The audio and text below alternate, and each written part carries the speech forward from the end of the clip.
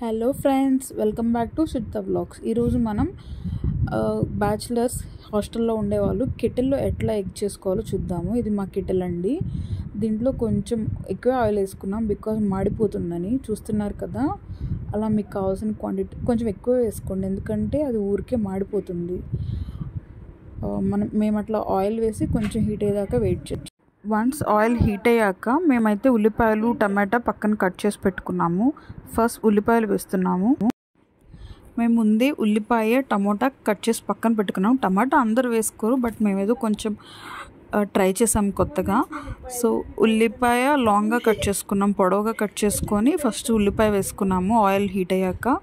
అలాగే మీరు ఉల్లిపాయలు కొంచెం వేగాక టమాటా వేసుకుంటే టేస్టీగా ఉండేది అనిపించింది, మేము అట్లా వేసాము. కానీ టేస్ట్ మాత్రం చాలా బాగా వచ్చిందండి కెటిల్లో చేసిన.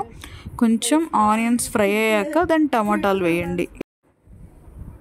టమాటాలు వేసాము, తర్వాత ఆనియన్స్ ఫ్రై అయ్యాక టమాటాస్ కూడా కొంచెం సేపు బాగా వేయించండి. వేయించినాక లైట్గా పసుపు అండ్ సాల్ట్ మీ టేస్ట్ తగ్గట్టు వేసుకోండి.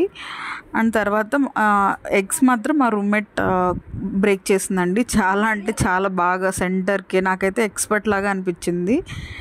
తను అప్పుడప్పుడు చేస్తూ ఉండిద్ది, ఇదే ఫస్ట్ టైం నేనైతే దగ్గరుండి కెటిల్లో చూస్తూ చేయడం. నాకైతే బాగా నచ్చింది.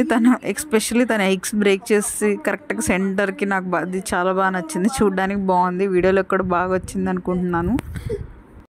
మేము ఇది డిన్నర్కి చేసుకున్నామండి. సో 4 ఎగ్స్ బ్రేక్ చేసుకున్నాము నైట్ డిన్నర్ చపాతీకి తినడానికి. అండ్ మీరు ఎవరైనా ఎప్పుడైనా కెటిల్లో ఏదైనా కుకింగ్ ట్రై చేస్తే కింద కామెంట్ సెక్షన్లో చెప్పండి. సో మా ఫ్రెండ్ ఇట్లా ఎగ్స్ బ్రేక్ చేస్తూ ఉంది.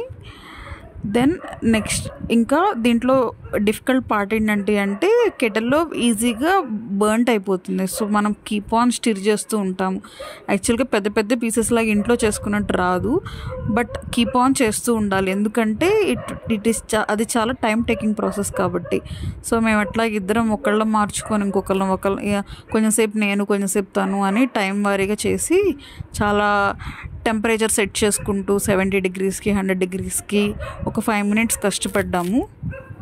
కొంచెం టైం టేకన్ తీసుకున్నా కానీ అవుట్పుట్ మాత్రం చాలా బాగా వచ్చిందండి. అట్లా బాగా కలుపుకుంటూ మీకు ఇంకా లాస్ట్లో డ్రై అయిపోతుంది ఉడికింది అనుకున్నప్పుడు కారం వేసుకోండి. నేను లాస్ట్లో కారం వేసాను, ఆల్మోస్ట్ అయిపోయింది అన్నప్పుడు ఆపేసే ముందు. అండ్ టేస్ట్ అయితే మాత్రం చాలా బాగుంది, చాలా అంటే చాలా బాగుంది. నిజంగా ట్రై చేయండి, మీరు చాలా సాటిస్ఫై అవుతారు. లాస్ట్లో ప్లేటింగ్ చూడండి మీరు.